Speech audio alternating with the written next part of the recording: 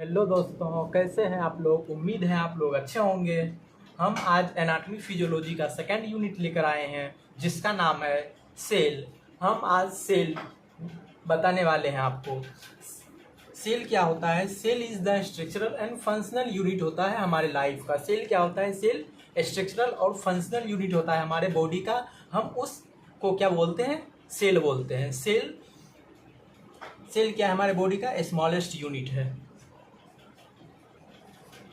Smallest unit है body का। Smallest unit है हमारे बॉडी का, हम उसको क्या बोलते हैं, सेल बोलते हैं। सेल की स्ट्रक्चर की बात करें हम तो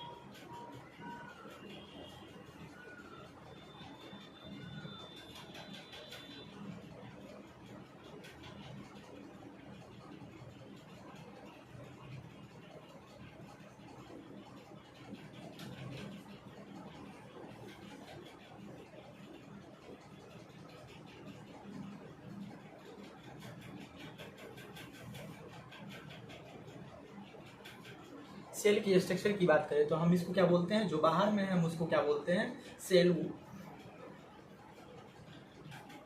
सेल वॉल बोलते हैं। और उसके अंदर में जो स्ट्रक्चर होता है हम उसको क्या बोलते हैं, सेल मेम्ब्रेन बोलते हैं। सेल मेम्ब्रेन बोलते हैं। ये जो हमारा बीच में पाया जाता है उसको बोलते हैं क्रोमेटिन मटेरियल। क्रोमेटिन मटेरियल ये हमारा क्या करता है, ये जेनेटिक्स इंफॉर्मेशन को कैरी करने का काम करता है। इसके ये जो हमारा स्ट्रक्चर है हम इसको क्या बोलते हैं, न्यूक्लियस, जो सेल्स के सेंटर में पाया जाता है। ये है हमारा गोल्जी बॉडी।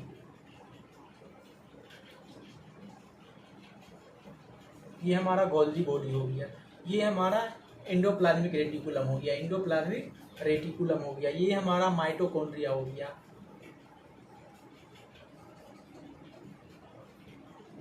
माइटोकॉन्ड्रिया हो गया। तो हम सेल की बात करेंगे। सेल क्या है, स्मॉलेस्ट यूनिट है हमारे बॉडी का, हम उसको क्या बोलते हैं, सेल बोलते हैं। हम अब डिस्कवरी की बात करेंगे। Discovered of cell.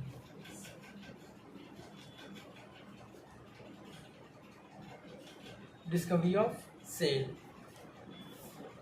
सेल का खोज सबसे पहले 1665 ईस्वी में 1665 में रॉबर्ट हुक नाम के साइंटिस्ट ने किए थे। रॉबर्ट हुक नाम के साइंटिस्ट ने 1665 ईस्वी में खोज को कॉर्क के स्लाइड में देखा था। उन्हें कहाँ पे देखा था, कॉर्क में। कॉर्क एक डेड बार्क होता है। उन्होंने वहां पे सेल को डिस्कवर किया, डेथ सेल को डिस्कवर किया। किस सेल को डिस्कवर किया, डेथ सेल। डेथ सेल को उन्होंने कहाँ पे देखा था, कॉर्क के बार्क में। जो छाला होते हैं कॉर्क ट्री के, उसके छाला में उन्होंने पाया था। हम उस स्ट्रक्चर को क्या बोलते हैं, सेल बोलते हैं। उन्होंने सबसे पहले 1665 ईस्वी में रॉबर्ट हुक ने सेल का डिस्कवर किया था। कॉर्क नाम के ट्री के बार्क में उन्होंने सेल को देखा था। और वो कैसा सेल था, डेथ सेल था। नेक्स्ट बाद में एंटोन वैन लुवेनहॉक।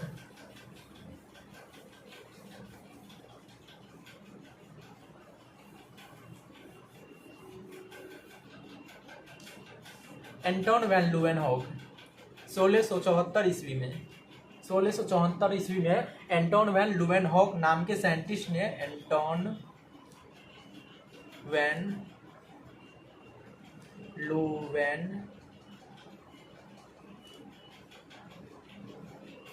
लुवेनहॉक नाम के साइंटिस्ट ने क्या किए थे, पहली बार लिविंग सेल्स की खोज की थी। किस सेल की खोज की थी, लिविंग सेल।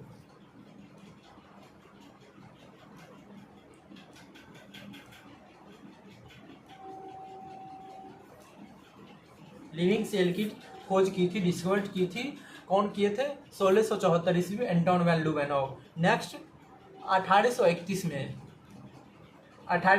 Robert brown.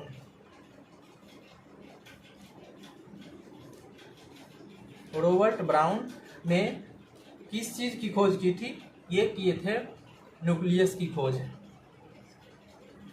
इन्होंने ये बताया था, रॉबर्ट ब्राउन ने 1831 ईस्वी में इन्होंने ये बताया था कि सेल में एक और बड़ा सा ऑर्गेनेल सेंटर में पाया जाता है जिसको हम न्यूक्लियस बोलते हैं। नेक्स्ट 1838 में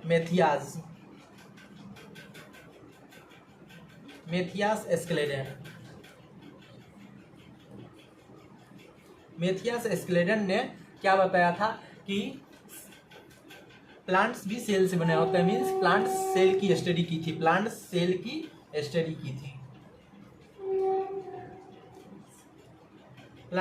स्टडी। इन्होंने क्या की थी? प्लांट सेल्स की स्टडी की थी। इन्होंने ये बताया था 1838 ईस्वी में मेथियास एस्क्लेडेन ने बताया था प्लांट्स में भी सेल होते हैं, प्लांट्स भी सेल से बने होते हैं। तो उन्होंने क्या किए थे? प्लांट सेल की स्टडी किए थे। नेक्स्ट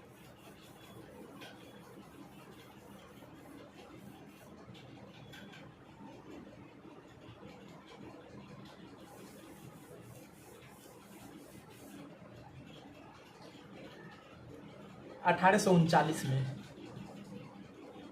1839 में थियोडर सियोन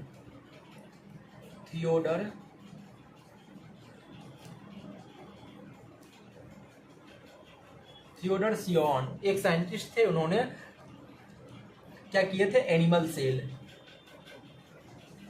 सेल्स की स्टडी किए थे। एनिमल सेल्स की क्या किए थे? स्टडी किए थे। इन्होंने ये बताया था कि एनिमल्स भी सेल्स बने होते हैं, एनिमल्स के भी बॉडी सेल्स बने होते हैं। उन्होंने सेल्स की स्टडी की थी एनिमल्स बॉडी के अंदर। नेक्स्ट 1855 में रोडोल्फ वर्चू। इन्होंने क्या किए थे? 1855 ईस्वी में रोडोल्फ वर्चू ने इन्होंने ये एक चीज बताई थी, ओमनिस सेलुला ई सेलुला।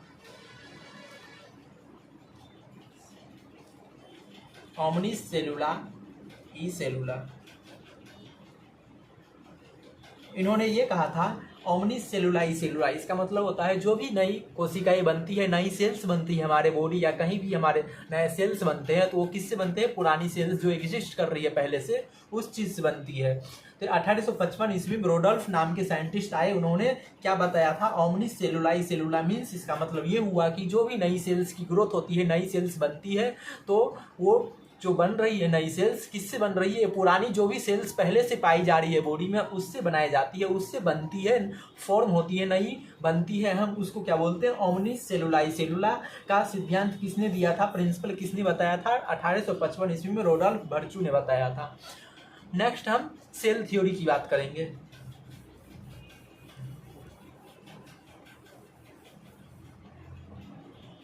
अब हम देखेंगे सेल थ्योरी क्या है।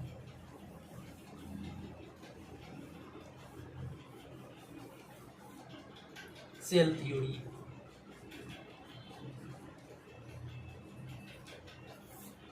एक ऐसी थ्योरी है जो हमारे सेल्स के बारे में बताया जाता है। उन्होंने कुछ साइंटिस्ट आए थे जिन्होंने अभी हम जैसे सेवान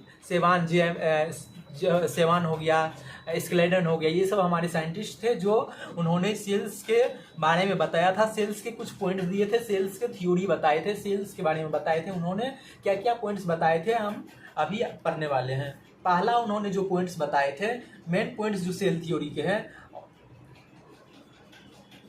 all the organism are composed of cells।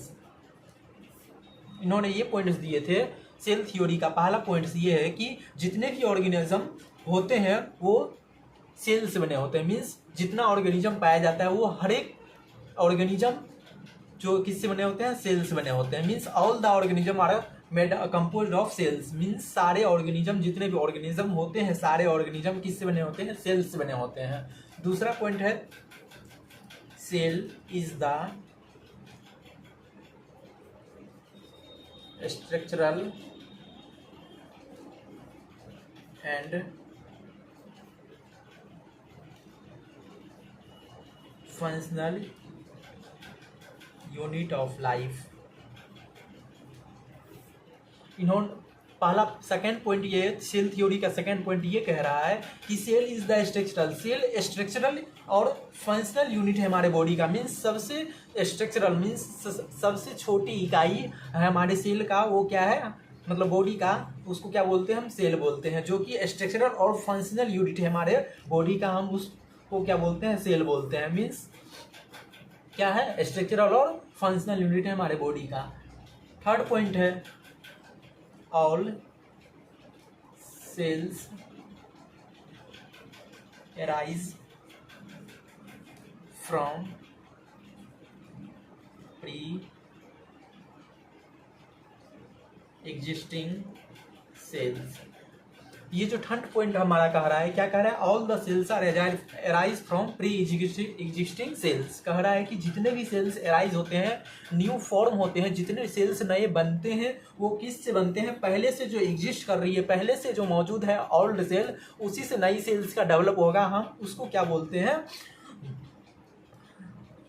Third points में। ठीक, क्या बोल रहे हैं हम? थर्ड पॉइंट्स क्या बताया जा रहा है कि जो भी सेल्स नया ग्रोथ होते हैं, जो भी सेल्स नई फॉर्म होती है, वो किसके द्वारा बनाया जाता है? Pre existing sales. मीन्स नई सेल जितने भी है बन रहे हैं, वो किससे बनेंगी? पुरानी सेल से ही बनेगी, जो पहले से पाई जा रही है।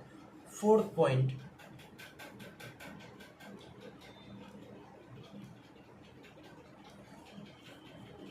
Cell contents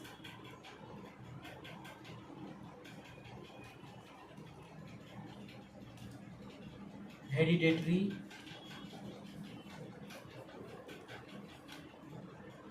information.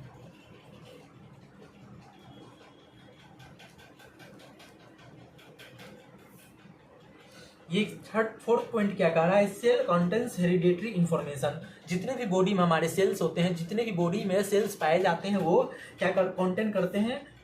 Hereditary information. Hereditary information ये होता है कि हमारे माता पिता में जो भी करेक्टर है या हमारे अंदर जो भी करेक्टर है, वो क्या कर रहे हैं? हेरिडेटरी करेक्टर को कंटेंट करते हैं। अगर आगे जो भी ऑफर स्प्रिंग आता है तो वो क्या करते हैं? जेनेटिक हेरिडेटरी इंफॉर्मेशन रखते हैं, जेनेटिक इंफॉर्मेशन रखते हैं, जो आगे ट्रांसफर होते हैं जनरेशन टू जनरेशन। ये कहाँ पाया जाता है? हमारे सेल्स के अंदर ये क्वालिटी होती है, ये कंटेंट करती है किस फॉर्म में? डीएनए या फिर आरएनए के फॉर्म में। जेनेटिक इंफॉर्मेशन हेरिडिटरी इंफॉर्मेशन को कंटेंट करता है डीएनए, आरएनए। ये कहाँ पाया जाता है? सेल्स में पाया जाता है। नेक्स्ट पॉइंट हमारा है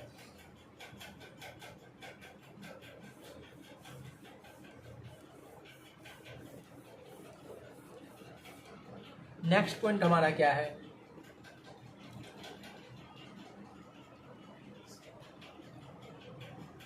एनर्जी।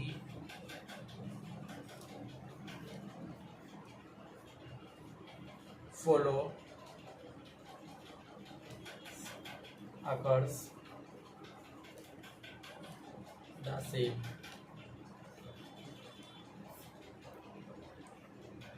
फिफ्थ पॉइंट हमारा क्या है? कह रहा है सेल में एनर्जी फ्लो होती है।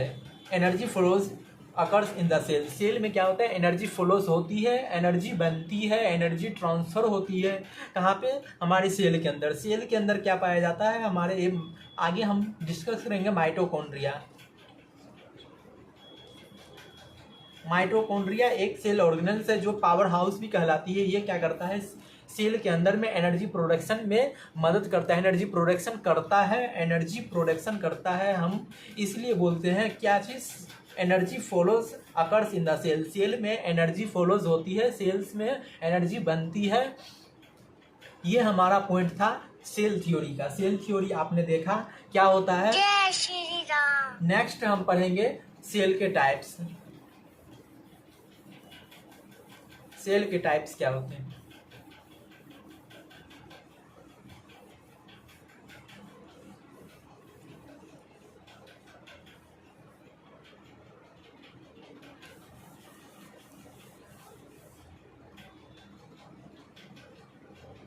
Types of cell.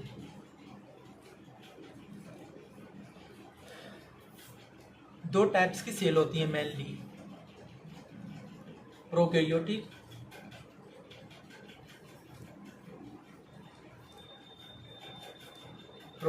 Cell, eukaryotic cell.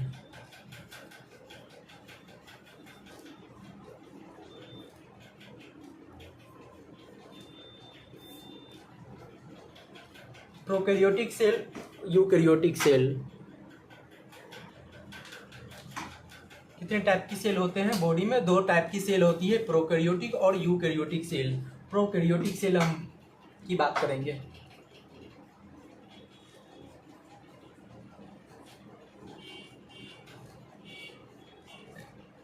Prokaryotic cell, pro का मतलब होता है फॉल्स, और कैरियोटिक का मीनिंग क्या होता है? कैरियोटिक का मीनिंग होता है न्यूक्लियस। हम उस टाइप के सेल को क्या बोलते हैं? वैसा टाइप का सेल्स या उस टाइप का सेल्स जिसमें क्या होता है? फॉल्स न्यूक्लियस पाया जाता है। फॉल्स न्यूक्लियस हम उसको क्या बोलते हैं? प्रोकैरियोटिक सेल्स बोलते हैं, या प्रिमिटिव टाइप का सेल बोलते हैं, प्रिमिटिव न्यूक्लियस बोलते हैं। उसमें क्या होता है? प्रिमिटिव टाइप का न्यूक्लियस होता है या फॉल्स न्यूक्लियस होता है, हम उसको क्या बोलते हैं? Prokaryotic cell. अब प्रोकैरियोटिक सेल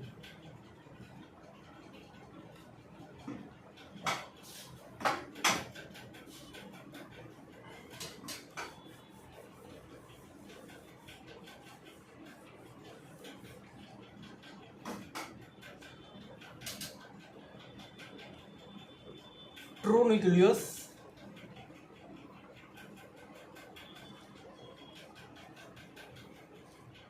अब्सेंट होता है। कहाँ पे? प्रोकैरियोटिक में क्या होगा? ट्रू न्यूक्लियस अब्सेंट होगा। हम उस टाइप को क्या बोलते हैं? प्रोकैरियोटिक सेल बोलते हैं। प्रोकैरियोटिक सेल बोलते हैं। नेक्स्ट हमारा मेम्ब्रेन बाउंडेड ऑर्गेनेल्स अब्सेंट होते हैं।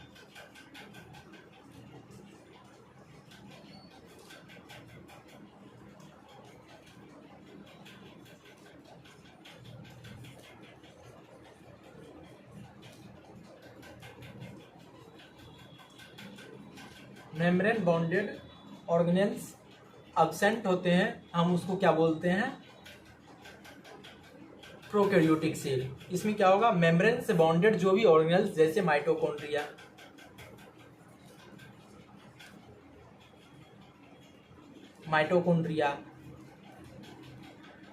एंडोप्लाज्मिक रेटिकुलम, गोल्जी अपरेटस,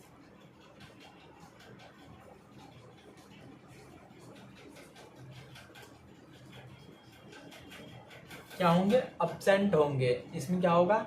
जो भी मेम्ब्रेन बाउंडेड मीन्स वैसा ऑर्गेनेल्स, वैसा पार्ट्स ऑफ सेल्स जो मेम्ब्रेन से नहीं बाउंड होंगे, मेम्ब्रेन से नहीं बने होंगे, वो ऑर्गेनेल्स अब्सेंट होगा। जैसे mitochondria, endoplasmic reticulum, Golgi apparatus और भी जैसे ऑर्गेनेल्स है, ये सब नहीं प्रेजेंट होंगे। उस टाइप के सेल्स को क्या बोलते हैं? प्रोकैरियोटिक सेल्स बोलते हैं। और इसमें एक और खासियत है कि जो भी हमारा सेल वॉल होगा वो क्या होगा? प्रेजेंट तो होगा,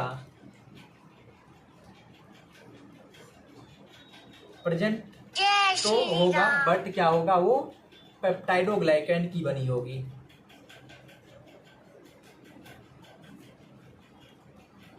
पेप्टाइडोग्लाइकेन नाम की सब्सटेंस से बनी होगी सेल वॉल। हम उस टाइप्स को क्या बोलते हैं? Prokaryotic cell. क्या है हमारा? पहला एक वैसा टाइप का सेल जिसमें प्रोकैरियोटिक, प्रो मीन्स होता है प्रिमिटिव या फॉल्स, या प्रोकैरियोटिक मतलब होता है न्यूक्लियस मीन्स वैसा टाइप का सेल जिसमें न्यूक्लियस हमारा फॉल्स पाया जाता हो, हम उसको क्या बोलते हैं? प्रोकैरियोटिक सेल्स बोलते हैं। हम अब पॉइंट्स की बात करें तो वैसा टाइप का सेल्स जिसमें ट्रू न्यूक्लियस ना पाया जाओ, हम बोल सकते हैं वैसा टाइप का सेल जिसमें ट्रू न्यूक्लियस ना हो, उसको क्या बोलते हैं? Prokaryotic cells. और इसमें क्या होते हैं? मेम्ब्रेन बाउंडेड ऑर्गेनेल्स, वैसा ऑर्गेनेल्स जो मेम्ब्रेन से ना बनी हो, मतलब मेम्ब्रेन से बनी हो वो ना नहीं पाया जाता है, जैसे mitochondria, endoplasmic reticulum, Golgi apparatus. और जो होगा सेल वॉल किस चीज़ से बनी होगी, सेल वॉल प्रेजेंट होगा, लेकिन किस चीज़ का बना होगा, पेप्टाइडोग्लाइकैन का बना होगा। हम उसको क्या बोलते हैं, प्रोकैरियोटिक सेल का करैक्टर बोलते हैं, prokaryotic cell. Next point,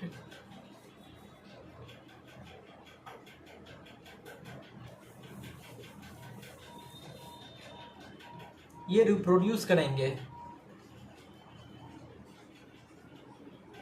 reproduce means किस चीज से बनेगा, किस प्रोसेस से बनेगा, बाइनरी फ्यूजन के द्वारा।